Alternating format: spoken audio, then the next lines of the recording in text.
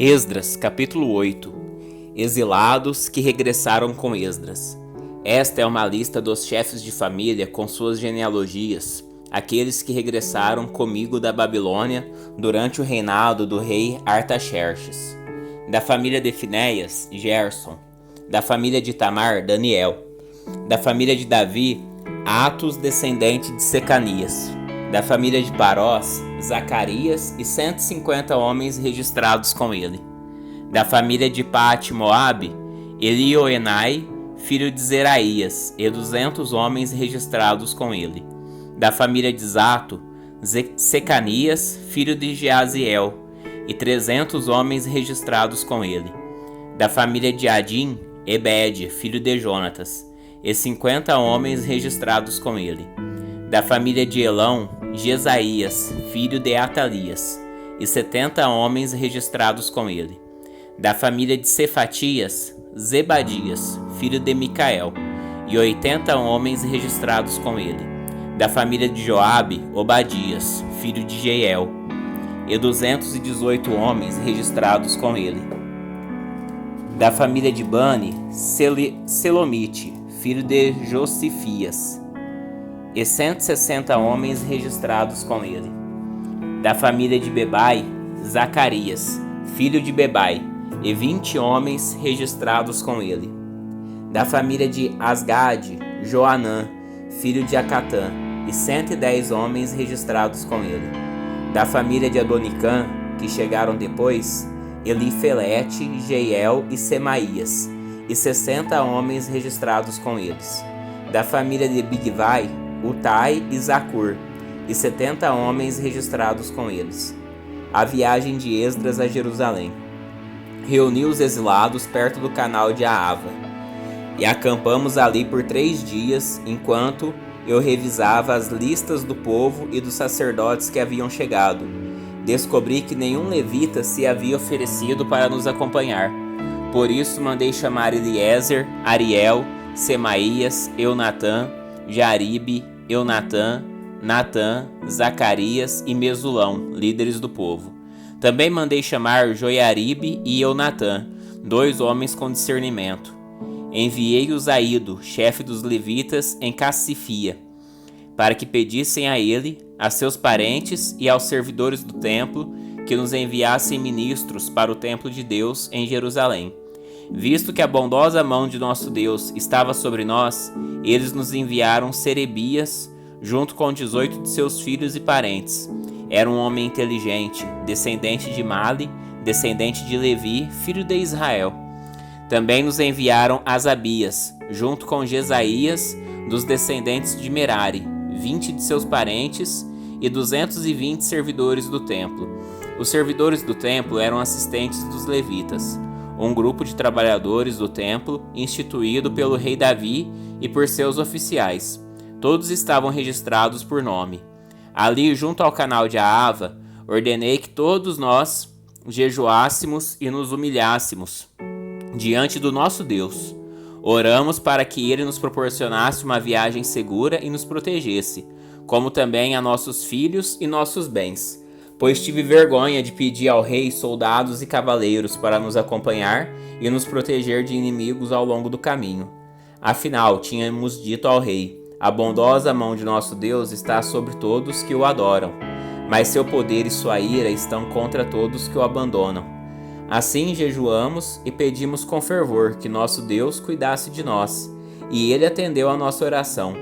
Nomeei 12 chefes dos sacerdotes, Serebias, Asabias e outros 10 sacerdotes, para ficarem encarregados do transporte da prata, do ouro e dos outros objetos que o rei, seu conselho, seus oficiais e todo o povo de Israel havia doado para o templo de Deus. Pesei o tesouro ao entregá-lo, e seu total era 22.750 quilos de prata, 3.500 quilos de utensílios de prata, 3.500 quilos de ouro, 20 tigelas de ouro, cada uma pesando 8,6 quilos, 2 utensílios finos de bronze polido, tão valiosos como ouro. Eu disse aos sacerdotes: vocês e esses tesouros foram consagrados ao Senhor. A prata e o ouro são ofertas voluntárias ao Senhor, o Deus de nossos antepassados. Guardem bem esses tesouros até que os apresentem aos líderes dos sacerdotes, aos levitas e aos chefes de família de Israel, que os pesarão nos depósitos do templo do Senhor em Jerusalém. Os sacerdotes e os levitas aceitaram a responsabilidade de transportar esses tesouros de prata e de ouro até o templo do nosso Deus em Jerusalém. Levantamos acampamento junto ao canal de Ahava no dia 19 de abril e partimos para Jerusalém. E a mão de nosso Deus nos protegeu e nos guardou de inimigos e bandidos ao longo do caminho. Assim chegamos em Jerusalém com segurança, onde descansamos por 3 dias. No 4º dia depois da nossa chegada, a prata, o ouro e os utensílios valiosos foram pesados no templo de nosso Deus e entregues a Meremote, filho do sacerdote Urias. Estavam com ele Eleazar, filho de Finéias, e os levitas Josabade, filho de Jesua, e Noadias, filho de Binui. Pesaram e contaram tudo, e o peso total foi registrado oficialmente. Os exilados que haviam regressado do cativeiro ofereceram holocaustos ao Deus de Israel. Apresentaram 12 touros por todo o povo de Israel, 96 carneiros e 77 cordeiros. Também apresentaram 12 bodes como oferta pelo pecado. Tudo isso foi oferecido como holocausto ao Senhor. Os decretos do rei foram entregues aos oficiais que ocupavam os cargos mais elevados e aos governadores das províncias, a oeste do rio Eufrates, que passaram a apoiar o povo e o templo de Deus. A oração de Esdras a respeito dos casamentos mistos. Esdras capítulo 9. Depois que essas coisas foram feitas, os líderes judeus vieram e me disseram: muitos israelitas e até mesmo alguns sacerdotes e levitas não se mantiveram separados dos outros povos que habitavam nessa terra. Adotaram as práticas detestáveis dos cananeus, dos hititas, dos ferezeus, dos jebuseus, dos amonitas, dos moabitas, dos egípcios e dos amorreus. Os homens de Israel se casaram com as mulheres desses povos e as tornaram como esposas para seus filhos. A descendência santa se contaminou por meio desses casamentos mistos. E pior ainda, os líderes e oficiais foram os primeiros a cometer essa infidelidade. Quando ouvi isso, rasguei minha túnica e meu manto, arranquei cabelos da cabeça e da barba e me sentei absolutamente pasmo. Então todos que tremiam diante das palavras do Deus de Israel vieram e sentaram-se comigo, por causa dessa infidelidade cometida pelos exilados que haviam regressado, e fiquei sentado ali, atônito, até o sacrifício da tarde. Na hora do sacrifício, levantei-me de onde havia sentado, em lamentação, com as roupas rasgadas. Caí de joelhos, ergui as mãos ao Senhor meu Deus e orei. Ó meu Deus, estou profundamente humilhado e tenho vergonha de levantar meu rosto para ti, pois nossos pecados se elevam acima de nossa cabeça, e nossa culpa chegou até os céus. Desde os dias de nossos antepassados até agora, temos vivido cheios de pecado. Por isso nós, nossos reis e nossos sacerdotes, fomos entregues nas mãos dos reis da terra. Fomos mortos, capturados, roubados e desprezados, como acontece hoje. Agora, porém, a graça do Senhor nosso Deus nos foi concedida por um breve momento. Ele permitiu que alguns de nós sobrevivêssemos como um remanescente e nos deu segurança neste lugar santo. Nosso Deus iluminou nossos olhos e nos concedeu um pouco de alívio de nossa escravidão. Éramos escravos, mas em seu amor leal, nosso Deus não nos abandonou na escravidão. Em vez disso, fez os reis da Pérsia nos tratarem com bondade. Ele renovou nossas forças para que reconstruíssemos o templo de nosso Deus e restaurássemos suas ruínas. Deu-nos um muro de proteção em Judá e em Jerusalém. Agora, ó nosso Deus, o que podemos dizer depois de tudo isso? Pois mais uma vez abandonamos teus mandamentos. Tu nos advertiste por meio de teus servos, os profetas, quando eles disseram: a terra em que estão entrando está inteiramente contaminada pelas práticas detestáveis dos povos que nela habitam. Está cheia de corrupção de uma extremidade à outra.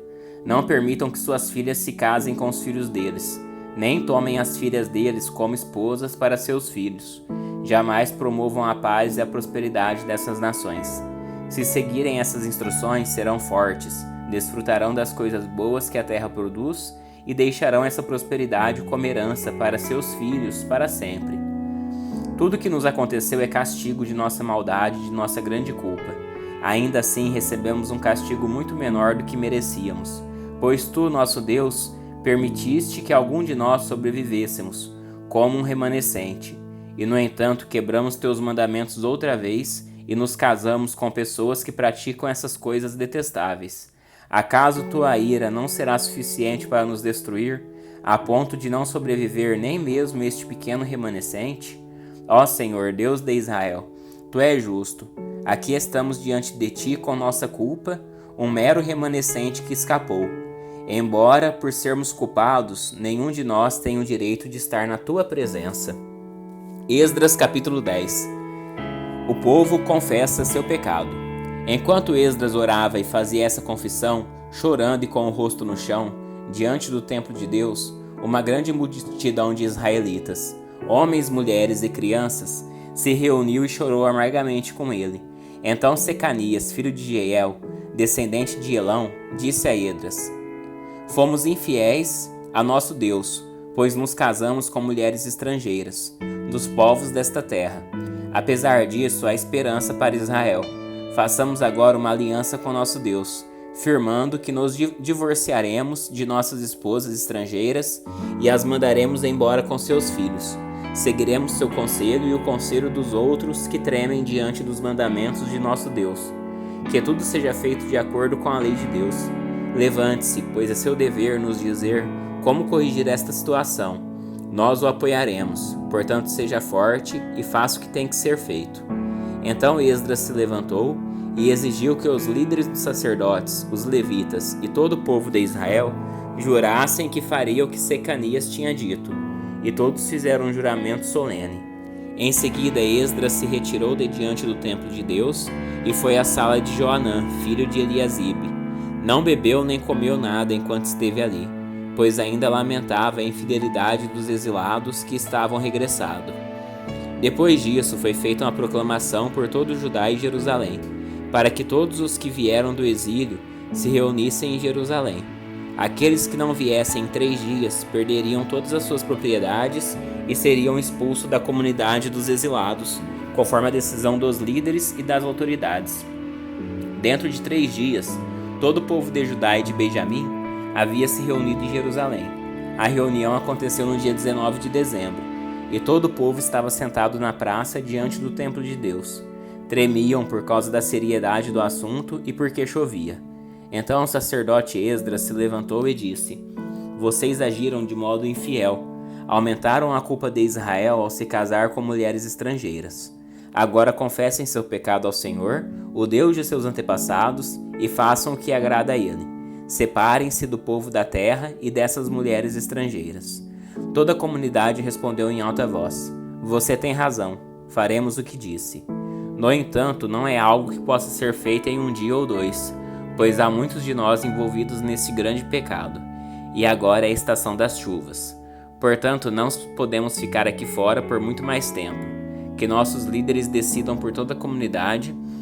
Todo aquele que tiver uma esposa estrangeira virá num dia marcado, acompanhado das autoridades e dos juízes de sua cidade, para que a ira ardente de nosso Deus a esse respeito seja afastada de nós. Os únicos que se opuseram à proposta foram Jonatas, filho de Azael, e Jazeías, filho de Tikva, apoiados por Mesulão e pelo levita Sabetai. Foi esse, portanto, o plano que seguiram. Esdras escolheu líderes para representarem suas famílias e designou cada representante por nome. No dia 29 de dezembro, os líderes se reuniram para tratar da questão. Assim, em 27 de março, o primeiro dia do novo ano, haviam terminado de resolver todos os casos dos homens que tinham se casado com mulheres estrangeiras. Os culpados de casamento misto. Os sacerdotes se casaram com mulheres estrangeiras foram da família de Jesua, filho de Josadaque, e de seus irmãos Maaseias, Eliezer, Jaribe e Gedalias. Assumiram o compromisso de divorciar-se de suas esposas, e cada um ofereceu um carneiro como sacrifício por causa de sua culpa. Da família de Imer, Anani e Zebadias. Da família de Arim, Maazéias, Elias, Semaías, Jeiel e Uzias.